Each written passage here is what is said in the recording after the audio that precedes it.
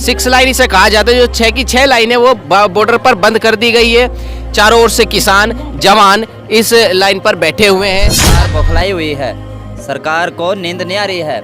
सरकार ने बहुत ही सरकार की जो असली प्लानिंग थी उसके ऊपर अटैक किया है। जो हमारे पुलिस के जवान भी रोड पर हैं, फौजी जवान भी रोड पर हैं और किसान मजदूर भी रोड पर। आपके हाथ से जमीन भी जाएगी और रोटी का रेट ऐसे बढ़ेगा जैसे पेट्रोल का रेट 3 बार बढ़ता है, फ्लाइट का रेट 3 बार बढ़ता है।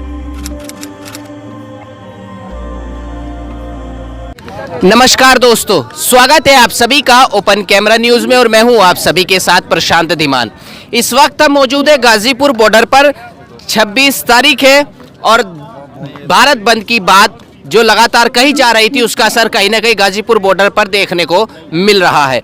मैं बताऊं आपको कि इस समय जो चारों लाइन है, 6 लाइन इसे कहा जाता है। जो 6 की 6 लाइनें वो बॉर्डर पर बंद कर दी गई है। चारों ओर से किसान जवान इस लाइन पर बैठे हुए हैं, साथ में हमारे बच्चे बूढ़े सब हैं।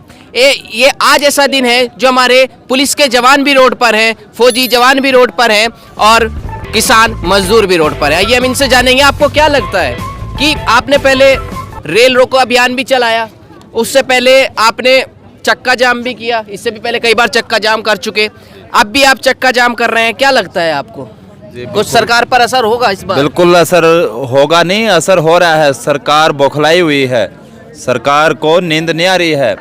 सरकार ने बहुत ही सरकार की जो असली प्लानिंग थी उसके ऊपर अटैक किया है जवान किसान ने। जो उनकी प्लानिंग थी, फाइनल मंशा थी कि जो रोटी के ऊपर अभी व्यापार करने की जो योजना बनाई सरकार ने कि इन रोटी के ऊपर जितना भी देश का जो फसल है वो सारा का सारा जमाखोरी कानून ये लेके आए। उस जमाखोरी में सारा का सारा साथ साथ में स्टोर भी इन्होंने तैयार कर लिए। 1000 स्टोर हैं देश के अंदर, जिसमें 12-13 लाख मैट्रिक टन अनाज को होल्ड रखा जा सकता है। 12-13 लाख मैट्रिक टन अनाज को उसमें रखा जा सकता है। ये काले बिल और ये जो स्टोर एक साथ जब लेके आई तब हमें यह पता लगा और जब हमने कानूनों को पढ़ा, 100 पेज का कानून है ये, हमने एक अक्सर इसका पढ़ा, हमने विदेशों में भी इसका पता करवाया तो पता लगा कि भाई ये तो खड़े हो जाओ पूरा देश, नहीं तो आपके हाथ से ज़मीन भी जाएगी और रोटी का रेट ऐसे बढ़ेगा जैसे पेट्रोल का रेट 3 बार बढ़ता है, फ्लाइट का रेट 3 बार बढ़ता है।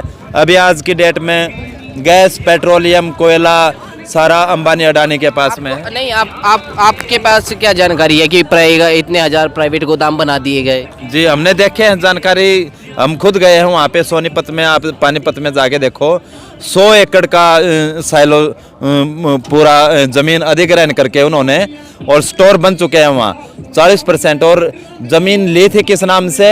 ज़मीन लिया था उन्होंने रेलवे कोच फैक्ट्री बनाने के नाम से, लेकिन स्टोर बना रहे हैं अभी वहाँ पे। तो रांची में, कपूरथला में और पंजाब के कई राज्यों में हर जगह इन्होंने 1000 स्टोर बना दिए हैं पूरे देश का अनाज इकट्ठा करने के लिए। तो वहाँ से सीधा हमारे को इस चीज़ का शक हुआ कि तो वहाँ से हमारे को ये डाउट हुआ कि भाई अब जिस तरीके से सरकार एयरपोर्ट बेच दिया, रेल बेच दी, उसके बाद में कोयला खदान है हमारी, सारा सब कुछ। किसान नेता जो है उनकी ओर से ये बात कही जा रही थी बार बार के व्यापारी लोग हमारा साथ दे। कहीं ना कहीं शक है कि व्यापारी लोग आपके साथ नहीं है जी, जो आप बार बार उनसे अपील कर रहे हैं कि वो भारत बंद में हमारा साथ दें। हाँ जी, जो छोटे व्यापारी हैं वो तो हमारे साथ में हैं और जो बड़े लेवल के व्यापारी हैं उनसे कहीं ना कहीं ये रिक्वेस्ट की जा रही थी, लेकिन अभी सिर्फ देश के अंदर 2 आदमी को छोड़ के सारे व्यापारी हमारे साथ में हैं। आपको क्यों लगता है बड़े व्यापारी आपके साथ नहीं होंगे? बड़े व्यापारी तो सरकार के साथ में होंगे, हमारे साथ थोड़ी होंगे सर। वो तो सरकार के साथ में होंगे, फाइल के ऊपर साइन तो उन्होंने करने हैं, हम थोड़ी करेंगे।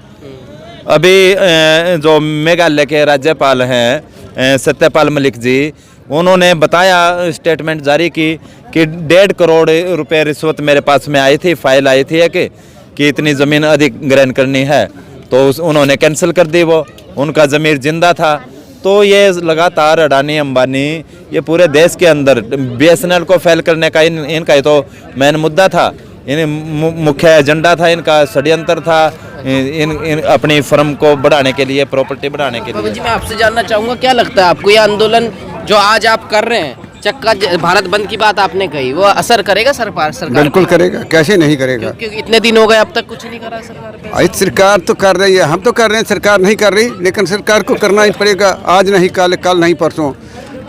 सरकार भी नहीं झुकना चाहती और झुकना हम भी नहीं चाहते। हम तो झुकेंगे ही नहीं, सीधी सी बात है। हम तो एक ही बात जानते हैं, जब आर या पार, जब कानून जाएगा या सरकार जाएगी, दोनों में से। 24 तक बैठे, 24 को तो सरकार ही चली जाएगी, कहाँ रह जाएगी 24 के बाद सरकार?